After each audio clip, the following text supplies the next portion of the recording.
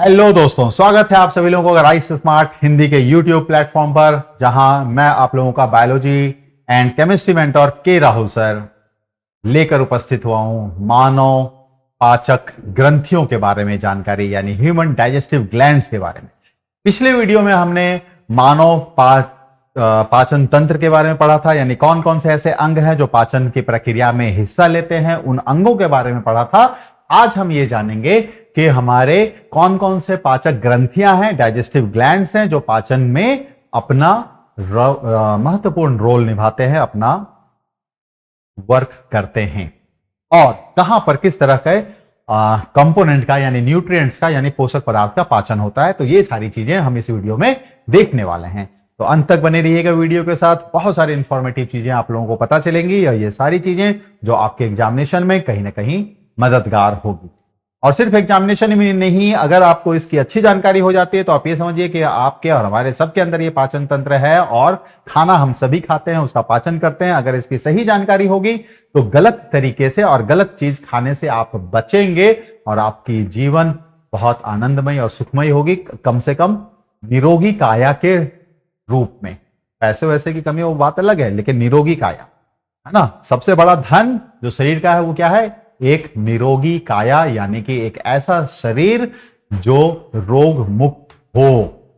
ठीक है, चलिए भाई, तो पाचक ग्रंथियों की बात करते हैं। तो सबसे पहली जो पाचक ग्रंथि जिसकी चर्चा हम करने जा रहे हैं वो है सैलिवरी ग्लैंड, यानी लार ग्रंथियां। ये सैलिवरी ग्लैंड्स हमारे माउथ में प्रेजेंट होता है, और ये 3 हिस्सों में बटा हुआ होता है। एक सबसे बड़ा हिस्सा जो सैलिवरी ग्लैंड का है वो हमारे कान के ठीक नीचे होता है, जिसे हम कर्णपूर्ण ग्रंथि के नाम से यानी पैरोटिड ग्लैंड के नाम से जानते हैं। तो ये कर्णपूर्ण ग्रंथि या पैरोटिड ग्लैंड जो है ये आपका लार्जेस्ट यानी सबसे बड़ी सैलिवरी ग्लैंड है ना। लार्जेस्ट सैलिवरी ग्लैंड, ध्यान दीजिएगा, लार्जेस्ट ग्लैंड नहीं कहा, सबसे बड़ी ग्रंथि की बात नहीं कर रहे हम, सबसे बड़ी लार ग्रंथि की बात कर रहे हैं। तो सबसे बड़ी लार ग्रंथि है कर्णपूर्ण ग्रंथि यानी पैरोटिड ग्लैंड, और सबसे बड़ी ग्रंथि की जब बात होगी तो वो है लीवर यानी यकृत। अब इसी लार्जेस्ट सैलिवरी ग्लैंड में कई बार क्या होता है, वायरस का इंफेक्शन हो जाता है, जिससे हमें जो बीमारी होती है उसे कहते हैं मम्स। ठीक है, तो इसमें क्या है, यहां सूजन आने लगती है, क्योंकि पैरोटिड ग्लैंड सूजता है, सूजन होती है, स्वेलिंग होती है, तो हमारे कान के नीचे भी थोड़ी सी स्वेलिंग यानी सूजन देखने को मिलती है। तो आप देखेंगे कई बार कि कान के नीचे ना, कभी कुछ, ज्यादातर ये बच्चों के अंदर देखने को मिलता है, बड़ों में ना के बराबर ही है, अभी तक मैंने तो नहीं देखा। तो एक सफेद छोटी सी स्क्वायर टाइप की पट्टी चिपका दी जाती है, जिसके बीच में ना छोटे छोटे गोल कट लगे हुए होते हैं। मे भी अगर आप लोगों को दिखा दूं कि ऐसा ना एक स्क्वायर टाइप की पट्टी, और उसमें ऐसे गोल गोल गोल कट लगे होते हैं, वो क्या किया जाता है, कान के नीचे ऐसे चिपका दिया जाता है, सूजन को, स्वेलिंग को कंट्रोल करने के लिए। ठीक है भाई, दूसरा हिस्सा जो इस सैलिवरी ग्लैंड का है वो है आपका सब मैंडिबुलर ग्लैंड, जो अधोजंभ ग्रंथि कहलाती है, यानी निचले जबड़े में ये उपस्थित होती है, और ये है आपका जो जीभ के नीचे होती है, जिसे सब लिंगुअल ग्लैंड यानी अधोजिह्वा ग्रंथि के नाम से जानते हैं। ठीक है, अब ये सैलिवरी ग्लैंड करता क्या है? तो सैलिवरी ग्लैंड्स इंजाइम्स का सिक्रेशन करता है, और जिस इंजाइम का सिक्रेशन करता है वो है सलाइवा। ठीक है, अब इस सलाइवा के अंदर उपस्थित क्या होता है? तो सलाइवा के अंदर जो इंजाइम उपस्थित होता है उसे हम कहते हैं सैलिवरी अमाइलेज। ये सैलिवरी अमाइलेज, जिसे हम टाइलिन के नाम से भी जानते हैं, ये पी जो होता है साइलेंट होता है। ठीक है, तो पी को हम नहीं पढ़ते, तो टाइलिन कहते हैं। और दूसरा इसमें लाइसोजाइम होता है। लाइसोजाइम क्या करता है? किल माइक्रो ऑर्गेनिज्म, यानी जो सूक्ष्म जीव जो हमारे शरीर में आ रहा है खाने के साथ, जो कि हमें बीमार कर सकता है, ये लाइसोजाइम उन सबको मार डालता है, नष्ट कर देता है। सबको ना सही तो समझ लो 70-80%। अब ये सैलिवरी अमाइलेज जो है, तो यहां पर क्या होता है, कार्बोहाइड्रेट का पाचन होता है हमारे माउथ में किस चीज का पाचन होता है? मुंह में कार्बोहाइड्रेट का पाचन होता है, और इसके पाचन के लिए जिम्मेदार जो है वो सैलिवरी अमाइलेज है। दूसरा लाइसोजाइम भी है, जो इस खाने के साथ माइक्रो ऑर्गेनिजम्स आ रहे हैं, सूक्ष्म जीव आ रहे हैं जो हमें बीमार कर सकते हैं, उनको ये किल करता है, मार डालता है। तो इसलिए बड़े बुजुर्ग हमेशा कहते हैं, आप लोगों ने सुना भी होगा, नहीं तो जान लीजिए कि खाने को बहुत आराम से चबा चबा कर खाना चाहिए। ऐसे नहीं, कई बार देखा है टीवी पे भी, कई शो में या फिल्मों में सब में दिखाते हैं, अरे भाई टाइम नहीं है क्या, लाओ दे दो, वो जल्दी जल्दी खा के निकल लेते हैं। भाई खाना खाने का मतलब इज नॉट कि फिलिंग द स्टमक, के स्टमक को भर दिया कचड़े से, जी नहीं, ये खाना खाना नहीं है। भाई आप और हम सभी कमा रहे हैं या आगे हम भविष्य में कमाएंगे चैन से खाना खाने के लिए। तो खाना खाने के जो समय है उसे तय रखें, भले ही वो 2 पैसा बाद में आ जाए। कई जो मान लो दुकान की बिजनेस करते हैं तो क्या होता है कि भाई खाना खाते कभी 3 बज गए, 4 बज गए। मेरे कई दोस्त हैं कहते हैं यार टाइम पर कभी खा ही नहीं पाता, कभी 3 बज जाते, कभी 4 बज जाते, कभी 5 बज जाते, कई बार फिर कितने कस्टमर्स होते हैं, खाना खाने का मौका ही नहीं मिल पाता है, एक नियम नहीं बन पाता। तो हमारा शरीर फिर ना रेस्पॉन्ड करने लगता है वो गलत नियम का, गलत नतीजा हमें भुगतने के लिए तैयार रखने को कहता है। और फिर जब उम्र बढ़ती है, शुरू शुरू में तो कोई दिक्कत नहीं लगता है, लेकिन जब उम्र बढ़ती है और हम 30+ में आने लगते हैं तो डाइजेस्टिव डिसऑर्डर्स, गैस, इंडाइजेशन या ऐसी सारी जो बहुत ही कॉमन सी प्रॉब्लम होनी शुरू हो जाती है। तो ये सिर्फ हमारे और आपके जीवन शैली की वजह से है, गलत तरीके से खाने की वजह से है, समय पर नहीं खाने की वजह से। तो हमारा खान पान जैसा भी है समय पर होना चाहिए। चाहे आप गरीब हैं तो जैसा खा रहे हैं, अमीर हैं जैसा खा रहे हैं, कोई बात नहीं, एक टाइम रखिए। शरीर का एक बायोलॉजिकल क्लॉक होता है, सोने का, जागने का, खाने का, पीने का, इन सबों का टाइम होता है। वो टाइम बंधा हुआ हो तो शरीर उस समय, जिस समय मान लो भूख लग रहा है तो हमारी जो जठर रस है, जिसे जठराग्नि भी कहा जाता है, यानी जो गैस्ट्रिक ग्लैंड्स हैं, वो बहुत ज्यादा अमाउंट में डाइजेस्टिव जूस सिक्रेट करने के लिए तैयार बैठे होते हैं।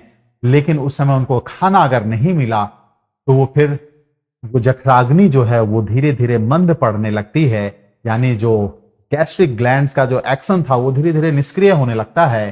फिर खाना जब वो आ जाता है स्टमक में तो भी वो उतना सक्रिय नहीं होता, तो खाने का जितना पाचन होना चाहिए उतना नहीं हो पाता। तो खाना तो आपने खा लिया, पेट भारी भारी और भरा हुआ सा महसूस होगा, लेकिन खाने का प्रॉपर पाचन नहीं होगा, शरीर को ऊर्जा सही नहीं मिलेगी, खाने का उल्टा सड़न होगा और हमारे शरीर को नुकसान पहुंचाएगा। तो आप जिस भी तरह के प्रोफेशन में भविष्य में जाएं, हमेशा ये ध्यान रखें, खाने का एक नियत समय, भली 2 कस्टमर छोड़ना पड़ जाए, जिससे शरीर से ज्यादा, पहले भी कहा कि ये आपका शरीर जो है, निरोगी काया जो है, सबसे बहुमूल्य है। तो 2 कस्टमर चले जाएं कोई बात नहीं, लेकिन समय पर खाना खाइए, उसके बाद फिर अपना जो काम है उसको कीजिए। चलिए भाई, ठीक है। तो ये सारी चीजें, सेलेब्री ग्लैंड तो कहता है 30% जो स्टार्च यानी कार्बोहाइड्रेट है वो हमारे माउथ में डाइजेस्ट हो जाता है। हमारे माउथ का जो ऑप्टिमम पीएच है 6.8 होता है। और बेसिकली यहां पर क्या होता है, स्टार्च हमारा डाइसैकेराइड, और डाइसैकेराइड में भी स्पेसिफिकली माल्टोज में परिवर्तित हो जाता है, यानी खाने के तौर पे जो हम स्टार्च लिया वो माल्टोज में परिवर्तित हो गया। लाइसोजाइम एंटीबैक्टीरियल होता है, यानी बैक्टीरिया को, वायरस को जो कि खाने के साथ आ रहा है उसे किल कर देता है, जिससे कि हमें किसी भी तरह के इंफेक्शन से बचाता है। तो अगर हम चबा चबा के खा रहे हैं तो 2 चीजें, खाने के डाइजेशन में स्टार्च का प्रॉपर डाइजेशन हो पाएगा, छोटे छोटे टुकड़े खाने के होंगे तो स्टमक को भी डाइजेस्ट करने में उसे काफी हेल्प मिलेगी। अगर बड़े टुकड़े हैं तो उसको डाइजेस्ट करने में स्टमक को मेहनत ज्यादा करनी पड़ेगी। दूसरी बात, लाइसोजाइम एंजाइम प्रॉपर तरीके से खाने के साथ मिक्स हो पाएगा, इसलिए वो ज्यादा से ज्यादा उसके अंदर प्रेजेंट हार्मफुल बैक्टीरिया या वायरसेस को किल कर पाएगा, मार पाएगा। ठीक है, उनको भी समय मिल पाएगा। ओके, चलिए नेक्स्ट अब आते हैं गैस्ट्रिक ग्लैंड्स। तो अभी हमने देखा था ये हमारा स्टमक का हिस्सा, ठीक है। तो ये गैस्ट्रिक ग्लैंड्स कहां होते हैं, ये स्टमक में प्रेजेंट होते हैं। और स्टमक के अंदर तो गैस्ट्रिक ग्लैंड, तो अगर हम इस स्टमक का ये तो खाली हिस्सा है, लेकिन ये इसका वॉल, तो अगर हम इस वॉल को काटें तो इसमें 4 लेयर हमें देखने को मिलता है ना। कितने लेयर देखने को मिलते हैं, 4 लेयर्स, 4 लेयर देखने को मिलता है। ये 4 लेयर में जो सबसे बाहर, या चलो सबसे अंदर की तरफ वाला देख लेते हैं। जो सबसे अंदर होता है, सबसे अंदर वाला लेयर या परत, उसे हम कहते हैं म्यूकोसा, क्या कहते हैं? म्यूकोसा। तो सबसे अंदर, तो ये मान लो ये म्यूकोसा की परत है, ये किसकी परत है? म्यूकोसा की परत है। और यही म्यूकोसा हमारे खाने के साथ संपर्क में रहता है। तो ये जो गैस्ट्रिक ग्लैंड्स प्रेजेंट होते हैं, तो ये उपस्थित होते हैं, कहां पर उपस्थित होते हैं? उपस्थित होते हैं कहां? तो म्यूकोसा में।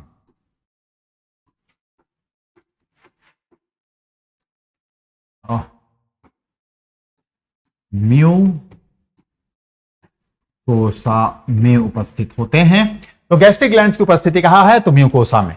और ये क्या है सिक्रीट करता है? तो हाइड्रोक्लोरिक एसिड, पेप्सिन, रेनिन, ये दोनों ही जो हैं ये प्रोटीन के पाचन में मदद करते हैं। तो प्रोटीन के पाचन में मदद करते हैं। ठीक है। रेनिन मुख्यतः दूध में उपस्थित प्रोटीन जिसे केसीन कहा जाता है, तो दूध में कौन सा प्रोटीन है? केसीन, उसके पाचन में मदद करता है। बाकी दूसरे तरह के प्रोटीन के पाचन में पेप्सिन हमारा मदद करता है। अब देखो हाइड्रोक्लोरिक एसिड यानी HCl हमारे स्टमक में सिक्रीट होता है, जिसका pH 1.8 है। इससे आप समझ सकते हैं कि ये जो गैस्ट्रिक जूस है ये एसिडिक मीडियम में काम कर रहा है। काफी स्ट्रॉन्ग एसिडिक मीडियम है स्टमक के अंदर।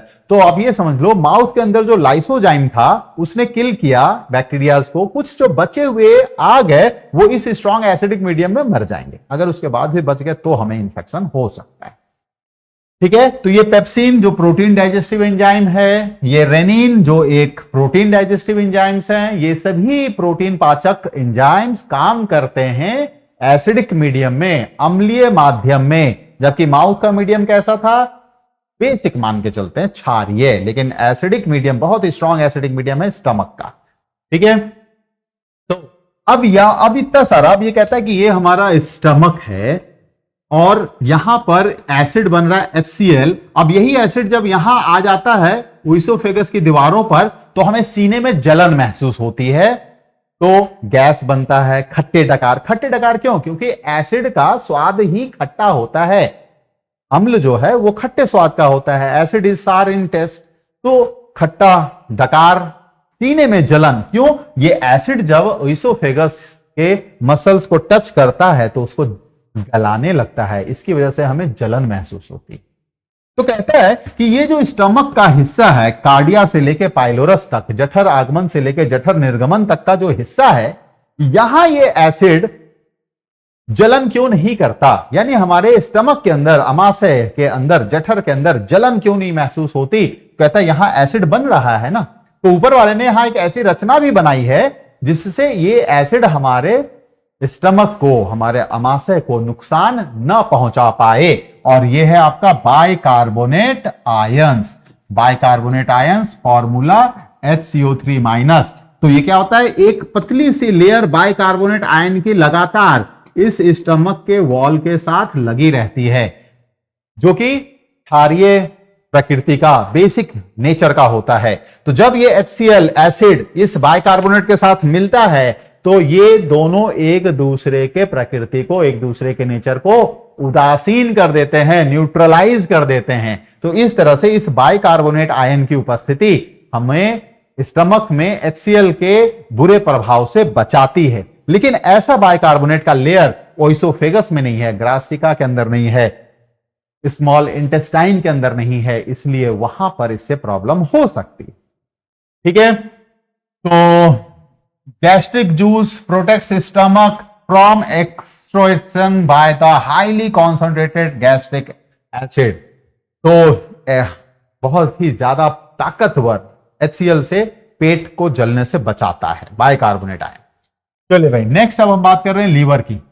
तो हमने देख लिया था, जो पेप्सिन निकल रहा था प्रोटीन के पाचन में मदद करता है, जो रेनिन निकलता है वो भी प्रोटीन के पाचन में मदद करता है। रेनिन सिर्फ दूध हुए बच्चों में होता है, यानी 5 से 6 साल तक के उम्र के बच्चों तक में रेनिन की उपस्थिति होती है। जैसे ही उसके बाद वो वयस्कता की तरफ बढ़ता है, धीरे धीरे रेनिन बननी बंद हो जाती है।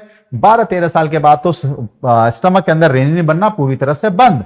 यानी हम दूध तो पीते हैं, दूध के बाकी सभी कंपोनेंट को उसके अंदर उपस्थित फैट या कार्बोहाइड्रेट, उन सबों का पाचन तो हो जाएगा, लेकिन दूध में जो उपस्थित केसीन प्रोटीन है उसका पाचन नहीं हो पाएगा।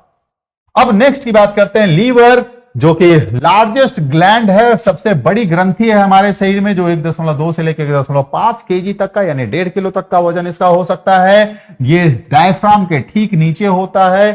ठीक है, तो कौन सा डायफ्राम भाई? तो डायफ्राम हमारे बॉडी को एक तरह से दो हिस्सों में बांटता है। डायफ्राम के ऊपर प्रेजेंट होता है लंग्स, हार्ट, और डायफ्राम के नीचे फिर ये स्टमक का ये वाला हिस्सा, स्टमक है, लीवर है, ये सब डायफ्राम के नीचे होता है। ठीक है, अब लीवर क्या करता है? तो लीवर में देखेंगे तो आप ये देखो, ये आपका लेफ्ट हिस्सा है लीवर का, ये आपका राइट हिस्सा है। ऐसे खड़े रहो, तो ये लेफ्ट, ये राइट। लेफ्ट वाला हिस्सा थोड़ा सा छोटा है, राइट वाला हिस्सा थोड़ा सा बड़ा होता है। ठीक है, तो इस पे एक कवरिंग लगी होती है। इस कवरिंग की वजह से इसको क्या कहा जाता है? ग्लीसन्स कैप्सूल के नाम से हम इसे जानते हैं। तो ग्लीसन्स कैप्सूल, तो एक बार ये सवाल आया हुआ है कि ग्लीसन्स कैप्सूल इनमें से कहां उपस्थित होता है?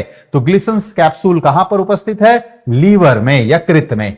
और ये क्या है? बाइल यानी पित्त का स्राव करता है, पित्त का सिक्रेशन करता है। याद रखिएगा, लीवर ऐसा है जिससे एक भी एंजाइम नहीं निकलता है। नो एंजाइम, यहां से कोई भी एंजाइम नहीं निकलता। ये बाइल जो सिक्रेट कर रहा है वो कोई एंजाइम नहीं है। ठीक है, तो अगर पूछा जाए इनमें से कौन सी ऐसी ग्रंथि है जो किसी भी तरह का कोई एंजाइम सिक्रेट नहीं करता, तो वो है लीवर। लीवर लार्जेस्ट ग्लैंड है। लीवर अकेला ऐसा है जिसके अंदर रीजेनरेशन की प्रॉपर्टी देखने को मिलती है। यानी लीवर का कुछ हिस्सा काट दिया जाए तो बचा हुआ हिस्सा उस छोटे से हिस्से को वापस बना सकता है। तो अगर ये सवाल भी आता है कि हमारे शरीर का कौन सा ऐसा अंग है जिसमें रीजनरेशन यानी पुनरुद्भव, पुनर्निर्माण की गुण देखने को मिलती है, तो वह है लीवर। जिस तरह से छिपकली की पूंछ टूट जाती है तो फिर एक नई पूंछ उसमें उग आती है, उसकी जगह एक नई पूंछ आ जाती है, ऐसा ही हमारा लीवर का कुछ हिस्सा अगर कट के हट जाए या डैमेज हो जाए तो वो उसको रीजनरेट कर सकता है, बशर्ते कि हम उसे रीजनरेट करने के लिए, पुनर्निर्माण करने के लिए प्रॉपर टाइम दें। ठीक है, चलिए बढ़िया। तो ये बाइल क्या होता है? तो बाइल, ये जो गॉल ब्लैडर हमारा है, ये ग्रीन कलर का देख रहे हैं, थैलीनुमा रचना, इस गॉल ब्लैडर में आकर इकट्ठा होता है। तो यहां ये दो काम करता है। ठीक है, तो गॉल ब्लैडर के अंदर क्या होता है? तो ये गॉल ब्लैडर दो काम करता है, यानी कि इसके फंक्शंस की बात करें, फंक्शंस यानी तो ये दो काम करता है। पहला, स्टोर बाइल, ये बाइल को स्टोर करता है। दूसरा, कॉन्संट्रेट बाइल, ये बाइल के ताकत को बढ़ाता है, सिर्फ स्टोर नहीं करता, उस समय उसकी ताकत को बढ़ा रहा होता है ताकि वो सही तरीके से जाके काम कर सके। ठीक है, अब बाइल के अंदर क्या क्या चीजें होती है? तो बाइल पिगमेंट्स, जिसमें बिलिरुबिन और बिलीवर्डिन की उपस्थिति होती है। बाइल सॉल्ट्स होते हैं, कोलेस्ट्रॉल भी होता है और फॉस्फोलिपिड्स होते हैं, लेकिन कोई एंजाइम नहीं होता। जैसा पहले ही बताया, लीवर किसी भी तरह का एंजाइम सिक्रेट नहीं करता है। बाइल किसमें हेल्प करता है? इमल्सिफिकेशन ऑफ फैट, इमल्सिफिकेशन, पाइसीकरण, किसके पाइसीकरण में? वसा के पाइसीकरण में। यानी कि ये क्या करता है? वसा के छोटे छोटे कण बना देता है। वसा जो एक बड़े कण के रूप में आता है, बाइल उसे क्या करता है? छोटे छोटे कणों में विभाजित कर देता है। इससे फायदा यह होता है कि जो वसा के पाचक वाले जो एंजाइम्स हैं, वसा के पाचन में बड़े आसानी से काम कर पाते हैं, है ना। बड़ा अगर मॉलिक्यूल होता, मतलब आकार बड़ा होता, तो उसके पाचन में समय लगता, लेकिन छोटे छोटे कणों को तो उसको डाइजेस्ट करवाने में आसानी होती है।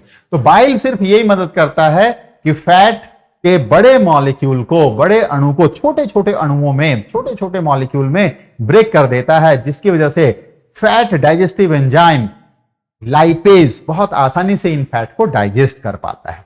अच्छा, एक चीज और, ये जो निकल के आ रहा है बाइल, वो यहां स्मॉल इंटेस्टाइन के हिस्से में मिल रहा है। कहां मिल रहा है भाई? ये से स्मॉल इंटेस्टाइन में।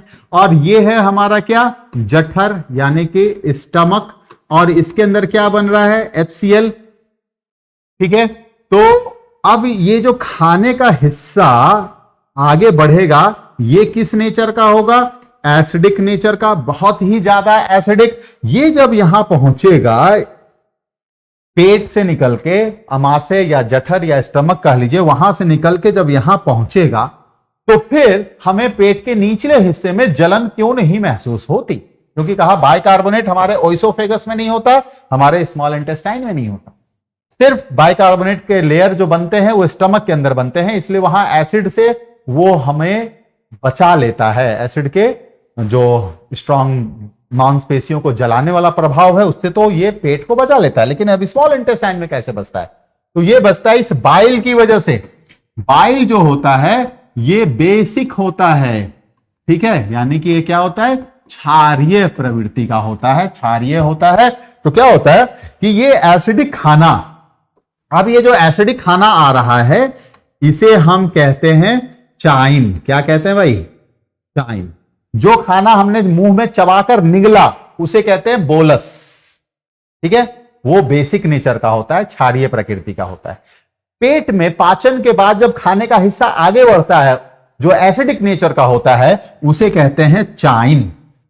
अब इस एसिडिक नेचर के ऊपर बाइल का एक्शन होता है, तो इस पे ये बाइल आके लगने लगता है और इसके इस एसिडिक नेचर को क्या कर देता है? उदासीन बना के थोड़ा सा बेसिक ही कर देता है, यानी कि फिर से क्षारीय प्रकृति का ये बन जाता है। तो बोलस किसको कहा? जो खाना मुंह में चबा के निगलते हो, बोलस। चाइन किसे कह रहे हैं? जो खाना पेट में पचने के बाद स्मॉल इंटेस्टाइन की तरफ बढ़ता है, छोटी आंत की तरफ बढ़ता है, उसे कहते हैं हम चाइन, ठीक है। अब नेक्स्ट इसमें आ रहा है पेनक्रियाज। ये आपका जो देख रहे हैं ये पेनक्रियाज है। पेनक्रियाज एक बहुत ही इंपॉर्टेंट ग्लैंड, और ये एक ऐसा ग्लैंड है जिसमें दोनों खासियत होती है, एक्सोक्राइन और एंडोक्राइन का, यानी ये बहिस्रावी ग्रंथि भी है और अंतःस्रावी ग्रंथि भी है। बहिस्रावी से जो केमिकल निकलता है उसे हम एंजाइम के नाम से जानते हैं, और अंतःस्रावी से जो निकलता है उसे हम हार्मोन्स के नाम से जानते हैं, ठीक है। तो एंडोक्राइन ग्लैंड हार्मोन्स सिक्रीट करते हैं और बहिस्रावी यानी एक्सोक्राइन ग्लैंड्स एंजाइम्स सिक्रीट करते हैं। तो ये चूंकि एक्सोक्राइन एंडोक्राइन दोनों नेचर का है तो ये हार्मोन भी सिक्रीट कर रहा है और एंजाइम्स भी सिक्रीट कर रहा है। तो एक्सोक्राइन पार्ट इसका जो है वो सिक्रीट करता है ऐसे एंजाइम्स जो कि पाचन में मदद करते हैं, और जो इसका एंडोक्राइन पार्ट है वो सिक्रीट करता है हार्मोन्स। और कौन कौन से हार्मोन्स? तो ये हार्मोन्स कितने? 2 हार्मोन सिक्रीट करता है। अगर एंजाइम की बात करें तो एंजाइम कितने? 3 एंजाइम। तो पेनक्रियाज 3 एंजाइम, 2 हार्मोन, कुल 5 अलग अलग तरह के केमिकल सिक्रीट करता है। ये 2 हार्मोन में एक है इंसुलिन और दूसरा है ग्लूकागॉन।